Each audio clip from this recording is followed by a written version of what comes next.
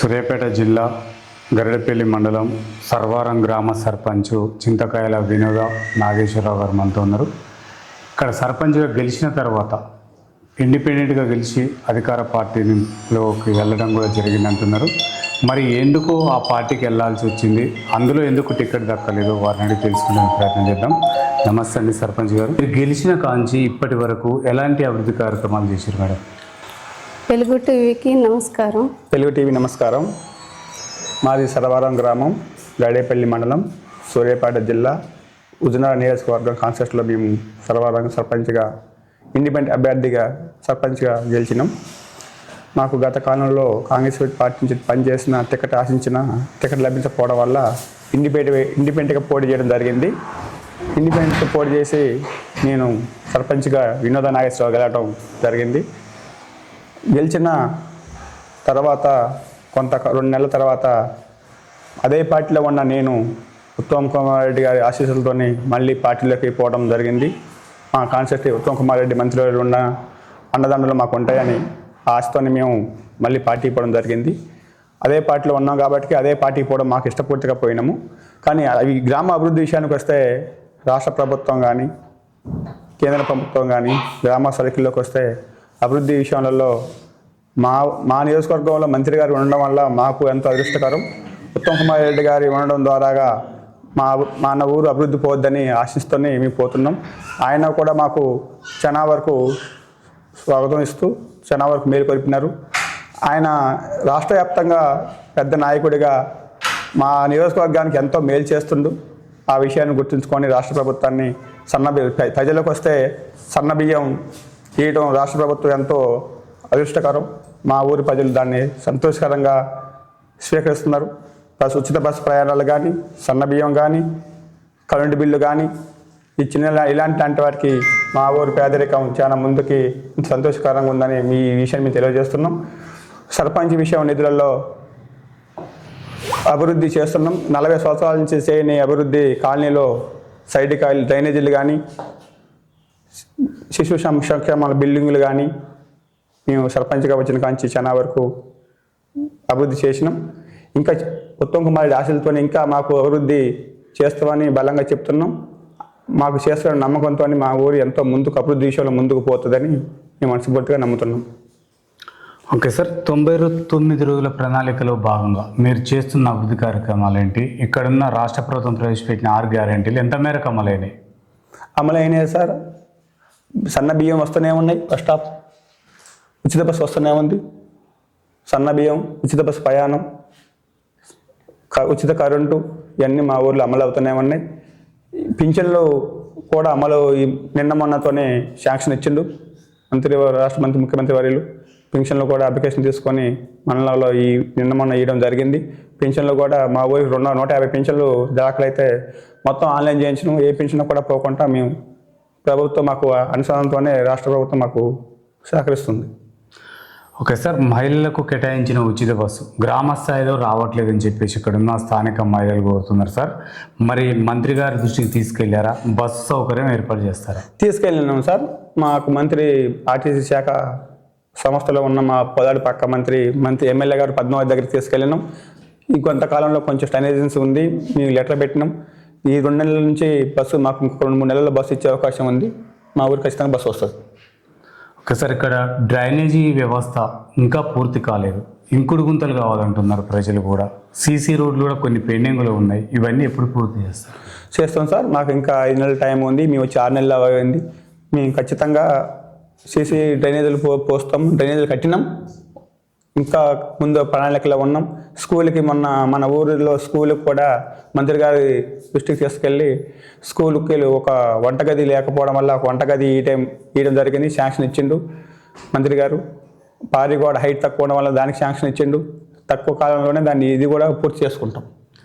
Sir, రైతులకు గత ప్రభుత్వంలో 24 గంటల కరెంట్ వచ్చింది. ఈ ప్రభుత్వం వచ్చిన కాడ నుంచి కరెంటు సరిగా రావట్లేదు అంటున్నారు. ఉదయం పూట వస్తుంది, నైట్ పూట రావట్లేదు. నైట్ వస్తే ఉదయం ఉండలేదు అంటున్నారు. పెట్టిన పొలాలు మొత్తం ఎండిపోతున్నాయి అంటున్నారు. మరి దీన్ని మీరు ప్రభుత్వాల దృష్టికి ఏమైనా తీసుకెళ్ళినాం సార్. మన ఊరిలోనే ఇది కరెంటు సబ్స్టేషన్ కొంచెం రిపేర్లో ఉందని తెలియడం జరిగింది. 2 ఫీడర్లు ఆన్ చేస్తే ఒక ఫీడర్ బంద్ అవుతుందని ఒక ఫీడర్ ఆఫ్ చేసి ఒక ఫీడర్ వేస్తున్నారు. 12 నుంచి 38 వరకు వస్తూనే ఉంది. 15 గంటల కరెంటు కూడా మనకి అందుబాటులో ఉంది. నీళ్ళు అందుబాటు సౌకర్యాల్లో ఉన్నా, కరెంటు ఉన్నా కానీ నీళ్ళు జలపాయకం లేకపోవడం వల్ల కరెంటుని ఎక్కువ యూజ్ చేసుకోలేకపోతున్నాం. సార్ తాగునీరుతో పాటు సాగునీరు కూడా ఇక్కడ అందుతలేదని చెప్పేసి అంటున్నారు సార్. ఎక్కడ లోపం జరుగుతుందంటారు? సాగునీరు మాకు మా ఏరియా మొత్తం నాగార్జున సాగర్ మీద ఆధారపడి ఉన్న ఏరియా, కెనాలపై ఆధారపడి ఉన్న ఏరియా. ఆ భగవంతుడు కళ్ళు చేసి ఆ సాగర్ ప్రాజెక్ట్ నుంచినే మనకి నీళ్ళు. అంటే తాగునీరు కూడా మిషన్ భగీరథ ద్వారా కొన్ని చోట్లకు నీళ్ళు రావట్లేవు అంటున్నారు, పైప్ రిపేర్లు అంటున్నారు. ఎందుకు ఇట్లా గడికి రిపేర్లు కావడానికి గల కారణాలు ఏంటి? మా ఊరు ఊరు చివరిలో ఉండటం వల్ల డిఈ గారికి, ఏఈ గారికి చెప్పడం జరిగింది భగీరథ నీళ్ళు ఇవ్వాలని. డిఈకి, ఏఈకి లెటర్ పంపించినాం. డిఈ గారికి. ఆ సంపు మాకు డైరెక్ట్ నీళ్ళెక్కే పొజిషన్ లేదు, మీ చివరి ఊళ్ళో ఉంది, మీ ఊరు చివరిలో ఉంది, కొంచెం లేట్ అవుతుంది వాటర్ రావడం, ప్రెజర్ సరిపోవట్లేదని ఒక సంపు కట్టించినారు. మొన్న ఈ గారికి, సిఈ గారి, డిఈ దగ్గర తీసుకెళ్తే ఆ సంపుని కూడా ప్రపోజ్ చేసినారు. ఆ సంపు కప్పు కూడా వేసినారు. ఒక 2 నెలల్లో నీళ్ళు ప్రపోజ్ చేయడానికి జరుగుతుంది. ఇక్కడ విద్య, వైద్యం ఏ విధంగా ఉంది సార్? విద్య విషయానికి వస్తే మొత్తం ప్రైవేట్ వైపుకే వెళ్తున్నారు పిల్లలంతా. స్కూళ్ళ ద్వారా అంటే ప్రైవేట్ బస్సులు వచ్చి తీసుకెళ్తున్నాయి. ప్రభుత్వ పాఠశాలలో మాత్రం విద్యార్థులు ఎవరు చేరట్లేరు అంటున్నారు. బడిబాట కార్యక్రమం ద్వారా మీరు ఎట్లాంటి మన 99 రోజుల ప్రణాళికలో బడిబాట కార్యక్రమం ప్రోగ్రాం పెట్టుకున్నాం. మేము అందరం మన పాలకవర్గం నుంచి, మన సభ్యుల నుంచి, మన ప్రధాన ఉపాధ్యాయులతోని మా స్కూల్ చాలా తక్కువలో ఉన్న పిల్లల్ని మేము మా ఊర్లో మోటివేషన్ చేసి 150 మంది పిల్లల్ని చేర్చడం జరిగింది. మా ఊరు స్కూల్ విద్య ముందుకెళ్తుంది. సార్ ఇక్కడ వైద్యం ఏ విధంగా అందుతుంది? ఎందుకంటే ఇప్పుడు మొత్తం కూడా ఈ వర్షాల కారణాల అనేకమైన జబ్బులు రావడం జరుగుతుంది. ఆశా వర్కర్ల ద్వారా ప్రజలకు ఎలాంటి మీరు అవగాహన కల్పిస్తున్నారు? చూపిస్తున్నాం. మా ఆశా వర్కర్ని ప్రతి డైలీ వర్కర్లతో ఉదయం నుంచి సాయంత్రం వరకు ఇంటింటి కార్యక్రమాల్లో పెడుతున్నాము. ఏ సమస్య అయినా మా ఆశా వర్కర్ల ద్వారా ప్రభుత్వం ఆసుపత్రికి తీసుకెళ్ళి గర్భిణీ స్త్రీలను కానీ, క్యాన్సర్ ఉన్న పేషెంట్లు కానీ, టీబీ పేషెంట్లు కానీ ప్రతి వారం మా ఊరికి వచ్చి డాక్టర్ వచ్చి మా ఊర్లో పరిధిలో మాత్రలు టాబ్లెట్ ఇంజక్షన్ ఇవ్వడం జరుగుతుంది. మాకు సమనేకంగానే ఉన్నది. సార్ ఇక్కడ రైతులకు యూరియా ఆ యాప్ అర్థం కావట్లేదు. యూరియా సకాలంలో మేము బుక్ చేసే లోపే అయిపోతుంది. గ్రామ స్థాయిలో రైతులు ఇబ్బంది పడుతున్నారు. మరి గ్రామ పంచాయతీ ద్వారా ఏమన్నా ఏర్పాటు చేసే అవకాశాలు ఉన్నాయంటే? అది రాష్ట్ర ప్రభుత్వం, కేంద్ర ప్రభుత్వం వచ్చింది. గ్రామ స్థాయి నుంచి మేము ఏం చేయనీకి లేదు. అది రాష్ట్ర ప్రభుత్వంతోనే, కేంద్ర ప్రభుత్వంతో కూడి ఉన్న వ్యవహారం. అది రాష్ట్రం, కేంద్రం ఎలా ప్రశ్నలు తీసుకుంటే అది చేసుకుంటుందని మేము దాన్ని అవతిస్తాం. సార్ రైతులకు పంట మార్పిడి విషయంలో ఎలాంటి అవగాహన కల్పిస్తారు? పంట మార్పిడి చేపించినాం. మేము సర్పంచ్ కావండి, ప్రతి ఒక ఊరికి ఊరిలో 10 గల్లీలు కలిపి ప్రోగ్రాం పెట్టి మనకి డ్యామ్ని వర్షపాతంలో తక్కువ ఉంది, సమన్వయం పంటలు వేసుకోవాలని సూచన ఇవ్వడం జరిగింది. కొంతమంది రైతులు ముందుకు వచ్చినారు, పేర్లు ఇవ్వడం జరిగింది. వాళ్ళకి ఆగస్టు తర్వాత మీను లాంటిది, బొబ్బరి లాంటిది వేసుకోవడం చెప్పడం జరిగింది. సబ్సిడీ ద్వారా ఇస్తామని కూడా వాళ్ళకి ఇవ్వడం చేసినాం. ఈ మీడాన్ని పిలిపించినాం ఊర్లోకి. ఈయన పిలిపించి వాళ్ళకి సంపన్న పంటలకు ఏ సమర్థకంగా ఉంటుంది, ఏ టయానికి ఏది కావాలన్నా అని రైతులకు రైతులు మీటింగ్ పెట్టి పోషించడం జరిగింది. దాని సలహా కాలంలోనే రైతులు ఆగస్టులో ఏ పంట వేయాలి, జూన్లో ఏ పంట వేయాలి, ఇంక ముందు రోజులు ఇంకేం పంట వేయాలి అనేది అధికారులు వచ్చి రైతులకు సూచనలు ఇవ్వడం జరిగింది. ఆ సూచనల ప్రకారం రైతులు కూడా కొంతమంది సుముఖంగానే ఉన్నారు. ఆ పత్తిన పంట వేసుకోవడానికి జనం సుముఖంగా ఉన్నారు. సార్ రైతులు కొంతమంది అంటే వాళ్ళ పొలాల దగ్గరికి వెళ్ళి డొంకలు పెండింగ్లో ఉన్నాయన్నారు సార్. అవి మీ దృష్టికి ఏమన్నా వచ్చిందా? మన ఏరియాలో తక్కువ ఉంది సార్, డొంకల పెండింగ్లు ఉన్నాయిలే. కానీ మనం అది రాష్ట్ర ప్రభుత్వం దగ్గరికి తీసుకెళ్ళి పెండింగ్లు ఏమైనా ఉంటే అధికారులు మన ప్రజాప్రతినిధుల నుంచి తీసుకెళ్ళి ఇంకేమైనా పెండింగ్లు ఉన్నా చేయడానికి మేము సిద్ధంగా ఉన్నాం. ఈ గ్రామంలో భూ సమస్యలు కూడా ఉన్నాయంటున్నారు సార్. భూభారతి ద్వారా అవి పరిష్కారం అయ్యే మార్గం ఉందంటారా? ఖచ్చితంగా అవుతాయి. భూ సమస్య ఎక్కడైనా ఉంది సార్. మన రాష్ట్రంలోనే, మన ఊరిలోనే కాదు, మన రాష్ట్రం మొత్తంలో కూడా భూ సమస్యలు ఉన్నాయి. ఆ సమస్యపై భూ భారతి వస్తే ఖచ్చితంగా ఆ సమస్య అనేది క్లియర్ అవుతుంది. అది రావడం అందరికీ సంతోషకరంగా ఉంది. అది రావాలని కోరుకుంటున్నాం. గ్రామంలో వీధి కుక్కలు చాలా ఉన్నాయంటున్నారు, కోతుల బెడత కూడా ఉందంటున్నారు. మరి పరిష్కారం ఏంటి? వీధి కుక్కల్ని పట్టేసినాం అండి. మేము వీధి కుక్కలు వచ్చినాయి, పరిష్కారం చేసినాం. మా ఊళ్ళో వీధి కుక్కల సమస్య బలంగా ఉంది. మేము వచ్చిన టైంలో వాటిని పట్టింపి పక్క అడవిలోకి వదిలిపెట్టడం జరిగింది.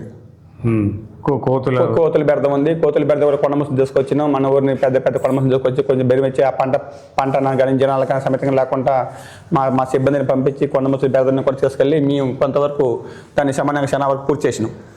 సార్ ఇక్కడ గ్రామంలో బెల్ట్ షాపులు నడుస్తూనే ఉన్నాయి, ఇంకా వాళ్ళకి ఏమైనా నోటీసులు అట్లాంటివి ఏమైనా ఇవ్వడం జరిగింది? ఇవ్వడం జరిగింది సార్. మేము మా గ్రామం పాలకవర్గం ఒకటే పాలకవర్గం, మా ఊరు నుంచి గ్రామంలో బెల్ట్ షాపులు నడవడం అనేది అందరికి విచ్చలట్టుగా అయిపోయినది.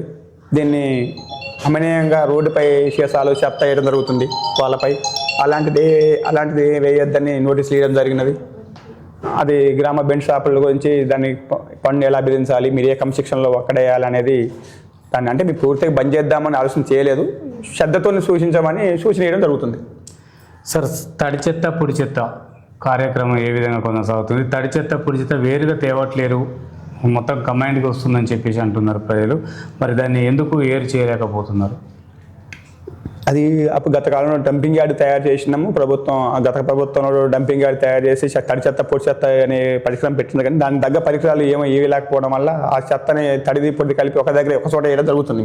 ప్రజెంట్గా దానికి ఉన్న పరికరాలు సర్మకంగా లేకపోవడం వల్ల మేము ఎక్కడ ఏం చేయాలన్నా మా సిబ్బందికి ఎక్కడ ఏం చేయాలని తెలియకపోవడం వల్ల అంత ఒకేసారి తీసుకెళ్ళి ఒకే దాన్ని డంపింగ్ చేసేస్తున్నాం. దాని పరికరాలు వేయలేకపోతున్నాం. దానికి డంపింగ్ యార్డ్ కట్టినారు, కానీ దానికి ఏ విధంగా చేయాలని, ఆ తడి చెత్తతో ఏం పద్ధతి తయారు చేయాలి, పొడి చెత్తనే పద్ధతి తయారు చేయాలని ఒక పరికరాలు పెట్టేసి దాని మీద చేయలేకపోయాను. అది లేకపోవడం వల్ల ఒకే చెత్త ఒకే దగ్గర డంపింగ్ చేయడం జరుగుతుంది. సార్ నిరుద్యోగ యువతకి ఉపాధి ఏ విధంగా కలుపుతుంది? అంటే ఇక్కడున్న మంత్రి గారు జాబ్ మేళ ద్వారా ఎవరికన్నా ఉద్యోగ కల్పన వచ్చినాయి. జాబ్ మైల ప్రోగ్రామ్ మన హుజూర్నగర్, మా అదృష్టం ఏంటంటే మా హుజూర్నగర్లో పెట్టడం, జాబ్ కార్డు పెట్టడం మా హుజూర్నగర్లో పెట్టడం జరిగింది. మా ఊరు నుంచి పక్క ఊరు నుంచి పిల్లలు కూడా చాలా వరకు జాబ్ మైల ప్రోగ్రాం పెట్టుకొని ఎంతో కొంత ఉద్యోగానికి తీసుకెళ్ళడం, ఉద్యోగం చేయడం కూడా ప్రాధాన్యకంగా ఉంది. పక్క ఫ్యాక్టరీలు ఉన్నాయి, మహాసిమెంట్ ఫ్యాక్టరీ లాంటి వాటిల్లో కూడా కొంతమంది జాయిన్ కావడం జరుగుతుంది. చిన్న వ్యాపారస్తులలో కూడా కొంతవరకు సమన్వయం చేస్తున్నాం. సార్ మహిళా భద్రత కొరకు మీరు ఎలాంటి ఏర్పాట్లు చేస్తున్నారు? అంటే మహిళలకు ఇప్పుడు కుట్టు మిషన్ ఉపాధి కల్పన కానీ, కుట్టు మిషన్ల ఏర్పాట్లు కానీ అట్లాంటివి ఏమైనా ఏర్పాటు చేసినాం. మా మంత్రి వర్యులు సమన్వయంగా మాకే ఫోన్ చేసి బీసీ వర్గానికి కుట్టు మిషన్ వేయడం జరుగుతుంది, దాన్ని ప్రపంచం చేయడం కొరకు బీసీని సైకత్తగా ఆడపిల్లలకు ఒక ఉపాధి చేయించాలని మాకు మంత్రి వాళ్ళు తెలియజేసినారు.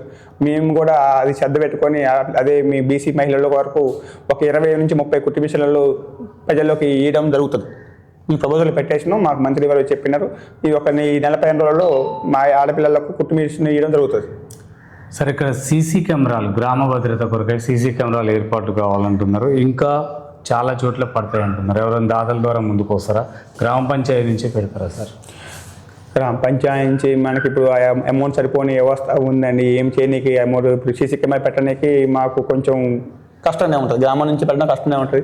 ఏమైనా దాతలుగా వస్తే కొంచెం మాకు ప్రపోజ్ చేసి పెట్టలేస్తాం.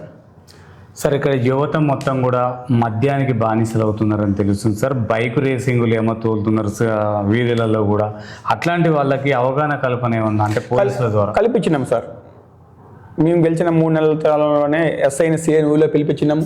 బైక్ రేసింగ్లు వచ్చిన వాళ్ళకి కానీ, బైకులతో పెట్టిన కానీ, మహిళలు ర్యాలింగ్ చేసే వాళ్ళకి కానీ సార్లు వచ్చి ఎస్ఐ గారు సిఐ గారు వచ్చి కొంత వెయిట్కు మోటివేషన్ చేయడం జరిగినది. దాన్ని ప్రభావం పెట్టుకొని కొంత దాన్ని మినిమం చేస్తున్నాం. అధికారులు వస్తున్నారు, దాన్ని ఎంతో కొంత మినిమం చేస్తున్నాం. అంటే ఇప్పటికీ కూడా కొంతమంది యువకులు సార్ అది మద్యం సేవించిన తర్వాత బాటిల్స్ రైతుల పొలాలలో ఇవ్వటం, పలగొట్టేయటం కూడా జరుగుతుందంట. మరి దీనిపైన మీరు ఒకసారి పోలీసుల దృష్టికి తీసుకెళ్తే బాగుంటుందని చెప్పేసి స్థానిక ప్రజలు చెప్తున్నారు. ఖచ్చితంగా సార్, ఇది ఈ జనాలలో ఔషధం అయిపోయి ఇది బాటిల్ పలకొట్టుకొని రైతులకు చాలా ఇబ్బందికరంగా ఉంది. రైతులు చాలా మా దృష్టికి వచ్చినది ఆ విషయం తీసుకెళ్తాం, ఇలా చేస్తారని. ఆ విషయాన్ని ఖచ్చితంగా మేము అందుకే ఆ విషయం గుర్తుంచుకొని మొన్న గ్రామంలో ఉన్న బెల్ట్ షాపులకు నోటీసులు పంపించడం జరిగింది. ఇలా చేయడం వల్ల, ఇలా మీరు బయటికి ఇవ్వడం వల్ల, ఇలా చేయడం వల్లనే ఇలా పల్లింగ్ అయిపోతుంది. దాని శ్రద్ధతో వాడాలి, దృష్టి పెట్టుకోవాలి. ఇచ్చే వాళ్ళకి ఏ రకంగా వేస్తున్నారు, ఎక్కడ ఏం చేసుకుంటున్నారు, ఆ బాటిల్ ఎక్కడ వేస్తున్నారని ఇవన్నీ దృష్టిలో పెట్టుకొని ఆ బెల్ట్ షాప్ వాళ్ళకి ఒక నోటీస్ జరిగినది. ఇంకొక 10 రోజుల్లో ఆ నోటీసులకి వాళ్ళు ఏ సమాధానం ఇస్తారో చర్య తీసుకొని దానిపై కఠిన చర్య తీసుకుంటాం. సార్ స్కూల్లో పెడుతున్న మధ్యాహ్న భోజనంలో మీరు ఎప్పుడైనా విజిట్ చేస్తున్నారు? ఖచ్చితంగా వెళ్ళినాం. మేము ఇప్పుడు 6 నెలలు గెలిచిన 7 నెలల నుంచి మేము 3 సార్లు వెళ్ళినాం స్కూల్లోకి. భోజనం ఫుడ్ పిల్లలు కూడా మంచి సంతోషకరంగానే ఉన్నారు.